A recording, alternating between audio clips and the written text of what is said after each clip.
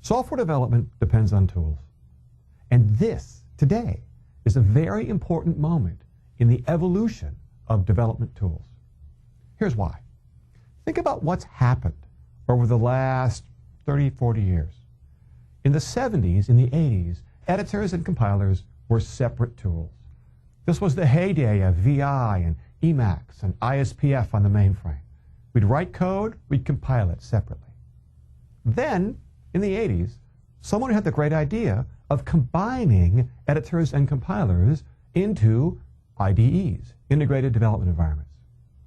IDEs were a big hit. Developers loved them. They took off like wildfire. They are now ubiquitous. But the truth is that today, development is largely done by teams of people. And there's a whole range of tool types that are used.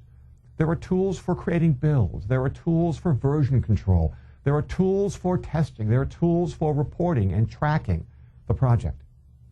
Just as it made sense to combine editors and compilers into IDEs, doesn't it make sense to combine all of these together? The answer is yes, it does make sense. And so in the 90s, in the last decade, we saw the rise of team development tools.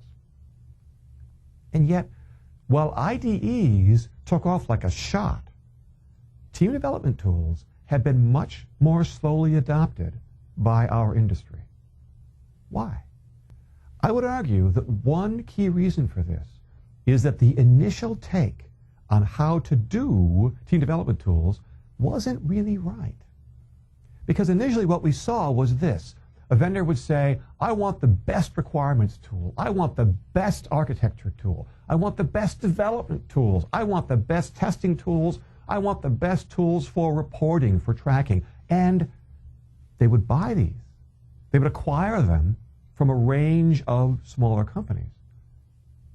The problem then is to integrate these diverse purchases together. It's hard. It doesn't work very well. Today, however, the vendors in this space have realized that the way to make this work is not to try to combine a bunch of existing tools, but rather to start from the center, to build this kind of integrated tool set around a shared server. This idea is embodied first in Microsoft's Team Foundation Server, now in IBM's Jazz Team Server as well. This is very important. It's very important. And here's why.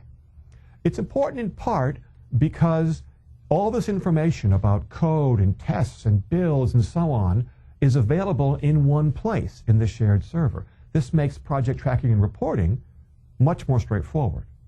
It also means that things like requirements can be connected to the tasks needed to do those requirements, the tests that match them, and so on. You can have much more intelligence about the entire process. And that's a big plus. But there's another big plus of this approach as well, and it's this.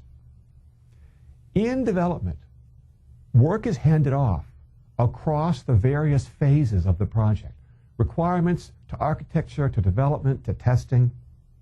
In a classic waterfall world, that handoff might have happened only once throughout the project. You do development, for example, then give it to test. In a modern development world with iterative, agile development, those handoffs happen all the time. They happen a lot. Making those handoffs fast, easy, and efficient is fundamentally important.